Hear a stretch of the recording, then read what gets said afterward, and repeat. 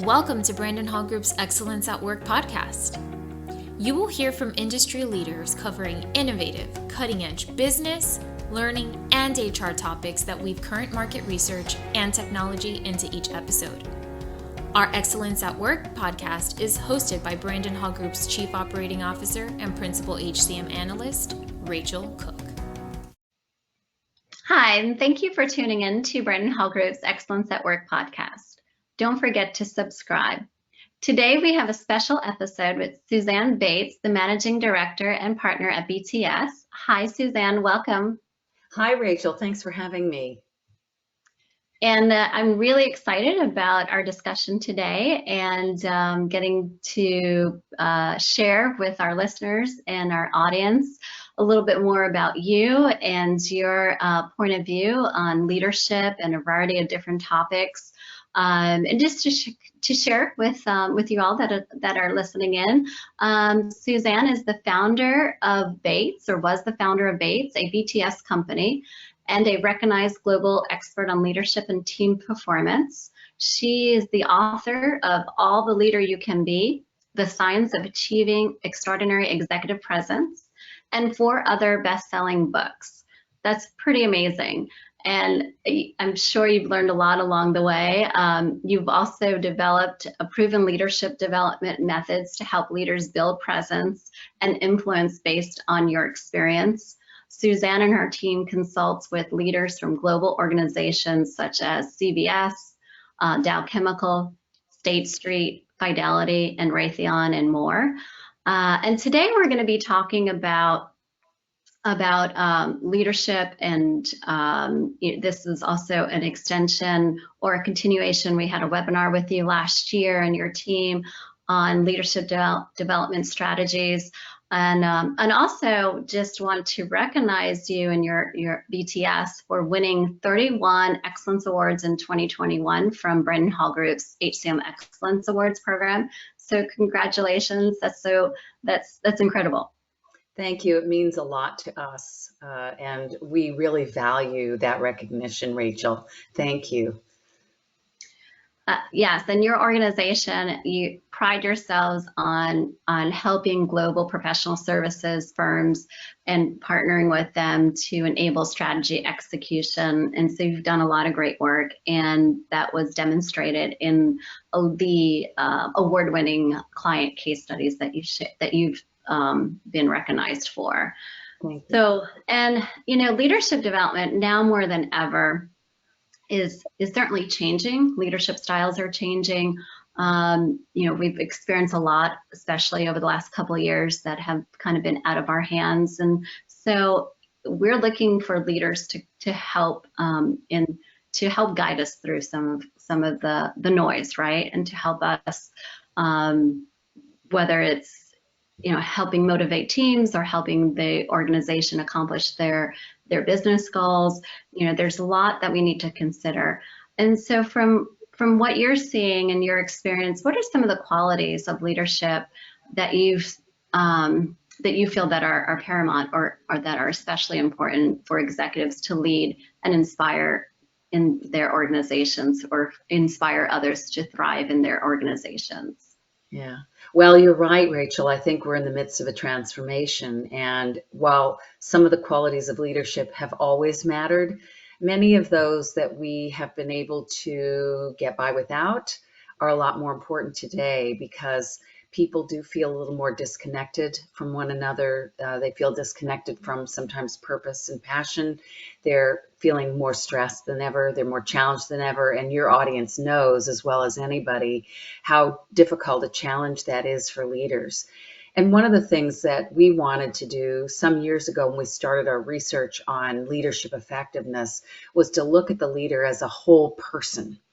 What do I mean by that? Well, sometimes, and if you're in talent or leadership development, you know that competencies are developed for an organization, and then you can look at them one day, 5 or 8 years later, and say, feels a little stale. Doesn't feel like it captures the whole person that we need today to lead in the challenging environment we're in. And that was really what we set out to do when we developed the model of executive presence. We wanted to look not only at the skills that leaders need, but also their character as well as their substance and their style. And we believed there was a way to measure things like authenticity and integrity and concern that are so important in creating the psychological safety that we need in our organizations today, and creating the engagement that we need to have in our organizations today, and in helping people get better connected with us as leaders. So that's why we really set out on this journey to look at what executive presence really is. And, just briefly, because I know your audience will appreciate that.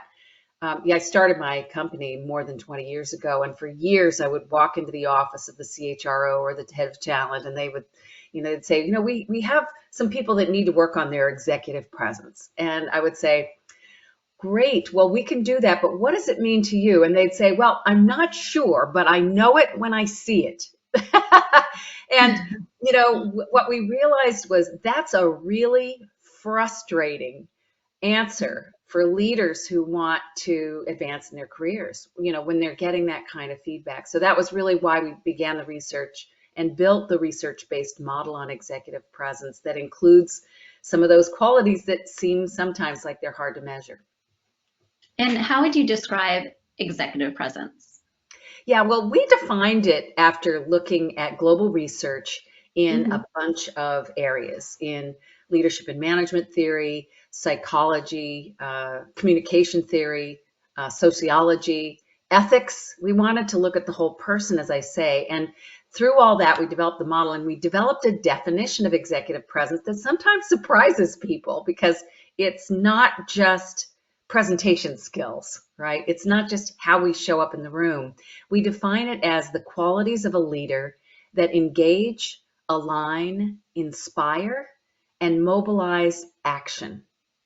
So when you think about that definition, what we're really trying to do is talk about why it matters not only to the individual, but to the organization. Because leaders can't do the work of the organization. They have to rely on others to do it. And therefore, someone with real presence and influence is able to engage other people. They're able to get them aligned around a shared vision. They're able to mobilize action and inspire them to do their best work. Very true. And, your definition is aligned to what we've seen in our research. Recently, we've asked around leadership development and where companies are going to be, or what they define as critical. And a lot of the things that you mentioned, there was 10 different topics that they all felt or weighed that 70% of organizations felt that they were critical. And it was, strategic planning, communication, crucial conversations, emotional intelligence, and several others. But they all are, I think, they are all actions, or what you would define as a result of a good leader. This is what they're able to accomplish. But if they don't have the abilities to kind of bring together a team and to get the team to be motivated, to be able to act on what the business is asking for, then there's a disconnect. And so as you look at your model, how can talent leaders use the model to help develop leaders or help grow leaders? Can you give some examples of what that is? Yeah. Well, one of the things that we have known since we started tracking the data, because we've looked at hundreds of thousands now of XPI reports, they're 360 assessments. So we gather that data and we can look at the trends in it. One of the things that we found is what you said. It's the social emotional qualities of presence that matter most, especially as you move up into the senior levels. And sometimes those are the lowest rated facets in our research. So let me give you an example. How stressed we all are right now and what a challenging time it's been. Well, two of the lowest rated facets in our model, which has 15 facets, are composure and restraint. So what are those? Well, restraint is the ability to create that psychological safety so that it feels comfortable to walk in your door and to sit down and tell you there's a problem or there's something that needs to be fixed. You're talking with a leader who isn't going to overreact. In fact, they're going to welcome that news. Mhm. Composure is the ability to manage through crisis. It's the ability, like a emergency room physician, when a patient comes in, to be able to start at the beginning and say, do A first, then B, then C, to guide a team through a challenging time. Those are the lowest rated facets overall. And that was before COVID. So you can only imagine how people may be experiencing leaders now.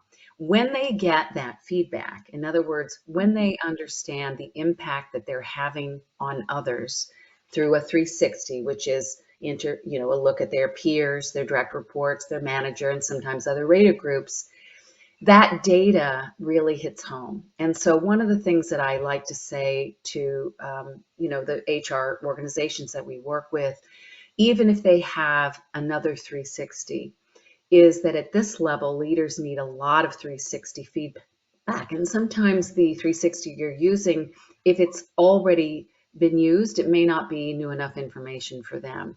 I think that most leaders want to learn and grow, but they need the data, they need the insights, real time, in the impact they're having on people right now. Right. And good leaders need to be able to use that data, and whether, there may be some things that are not as positive that they want to hear.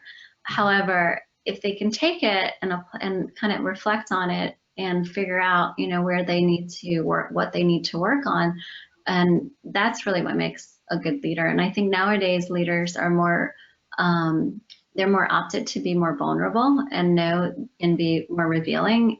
And again, good leaders about what, they don't have to have the answer for everything. And That's I think right.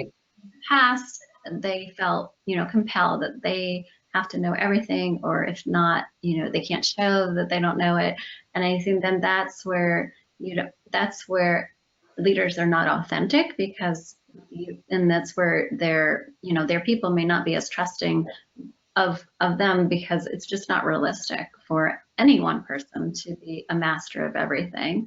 And I remember I have at another organization I was with a while back, we did a 360, and our leader back then, received pretty revealing feedback from it, and I won't say who the person is, but they could not take that information. It was almost like they became childlike and just was resistant to that information, and it just had a cascading effect on everyone, because it was, we all agreed with the feedback. However, that person was not receptive of it.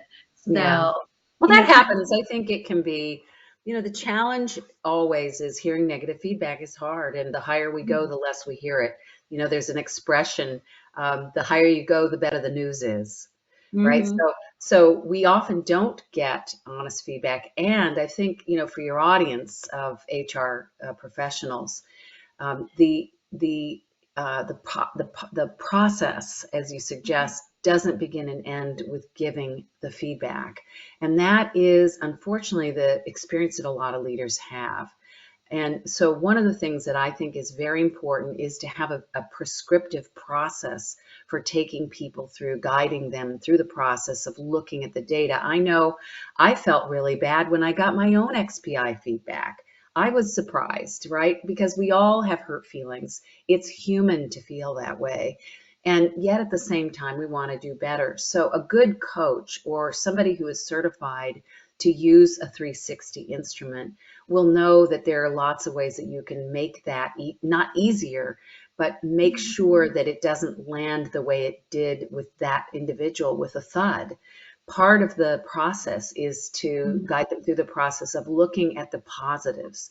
Most of us look away from that and look straight at the negative scores. We always look at the red first, and we don't learn how to leverage our strengths. So one of the things that we do with our coachees and our advisory clients, and even in our executive presence program, is take them through a process of understanding how to leverage their strengths. And then we also teach them how to go back to their raters. And that's a really important thing that I find most people who are even certified in 360s haven't done. And that is taking the step of guiding somebody to go back and have a conversation with their manager or with their peers or others without accusing them, right, of giving negative feedback, but rather going with what you said, which is with an inquisitive mind, with a level of humility, a desire to know. Right. There's a lot around perception too that I think people don't put enough emphasis on, or they don't, you know, if they feel, or if let's say their team has a certain perception of them, whether it's reality or not, it's still perception, and it still will form their opinion on that individual or that, person or team. So, I think, the perception piece and using the data and coaching and helping shape leaders is so critical. And also, the more you do it and the more, and with leadership styles changing, I think not that it's easier for leaders, but I think that I feel over time leaders will be more comfortable in receiving, feedback. Nobody likes negative feedback. Nobody wants to, no matter who you are, we don't enjoy it. And it is funny that you say, because you can say 10 great things and then that one thing we hone in on. And, but I feel that with the leadership style changing and being more collaborative and more vulnerable and more authentic, that this type of coaching will be even more impactful. Wouldn't you agree? I think so, especially when people understand that others want them to be authentic.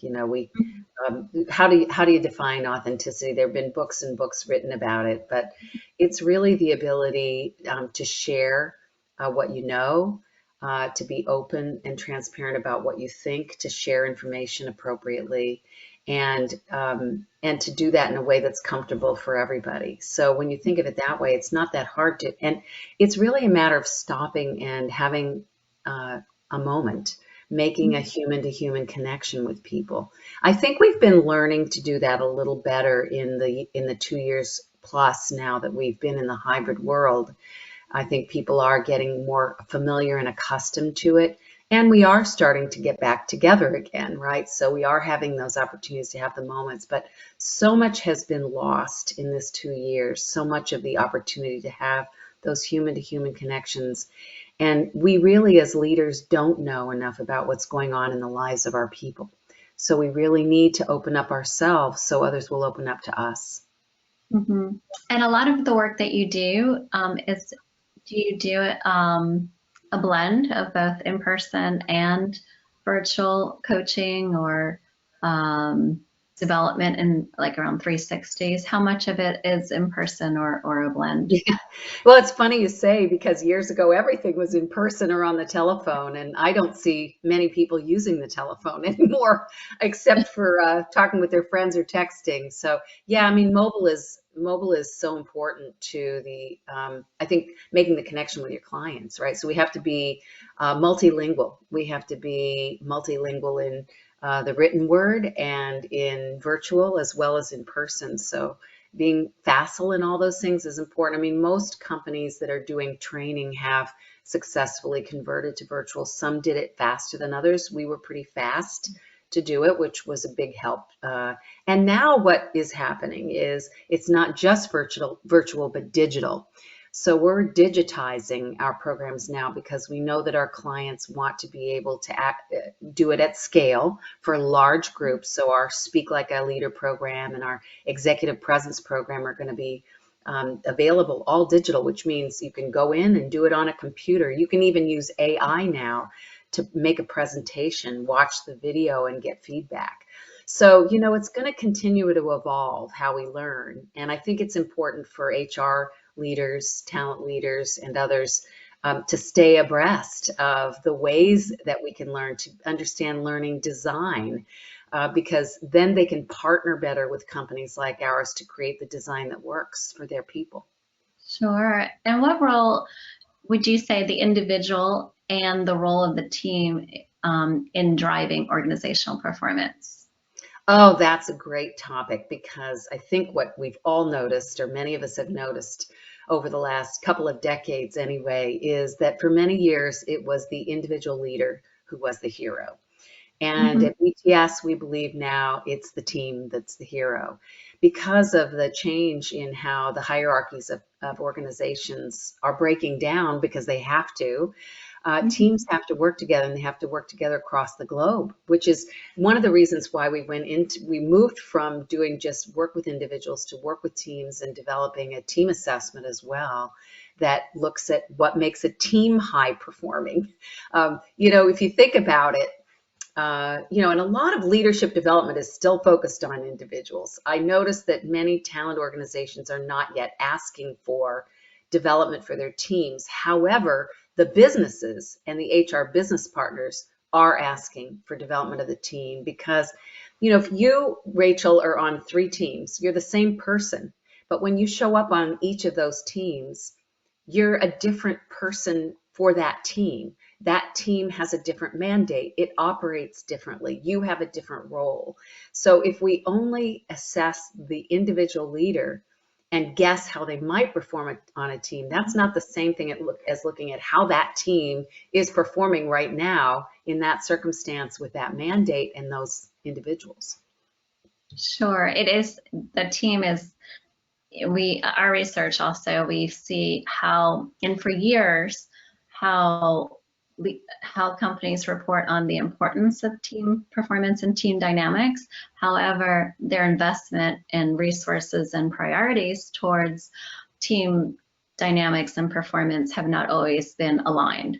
And Yeah. now I'm seeing that shift a bit more because it's so the model and philosophy is changing and the dynamics are changing. So they know, like our data shows, like if you have poor team dynamics, then productivity's down, production's down, culture, morale, all that is reported to being, and also impacting overall company performance. So now I think, I'm seeing a shift in that. So that's good because, as you mentioned, it's no longer just the leader or the individual importance, it's about the team. Yeah. And so with transformation taking place in organizations, what else would you say contributes to, or what advice could you give to leaders today to be successful and to get the best from their teams and the organization? Yeah. Well, change is a constant and transformation is always taking place. And anybody who's listening to this podcast right now knows that because you're living it. Your organization's probably gone through many metamorphoses since you joined, both in business model and in strategy, or in organizational design, or in leadership. So we're in a constant state of change. And one of the things that I think BTS does very well is help leaders become change ready.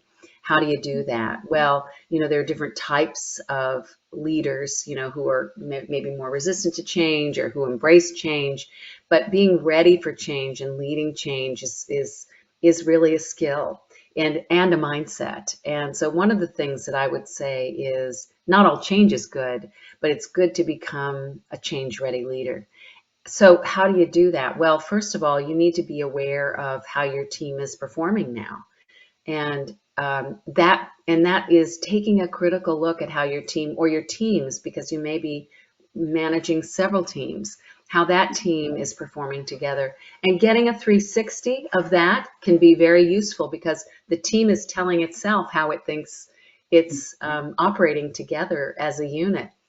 And there's a lot of new research on teams out there now. For example, there's a body of research on belonging that I'm sure that many of your listeners have been, plugging into.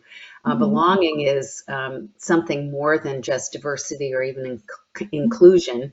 It's really the ability to create an atmosphere where we dance to each other's music. And if teams do that, people are engaged and excited to work together, and they love coming together. And it doesn't matter if they're virtual or live or in person or on email because they're enjoying it.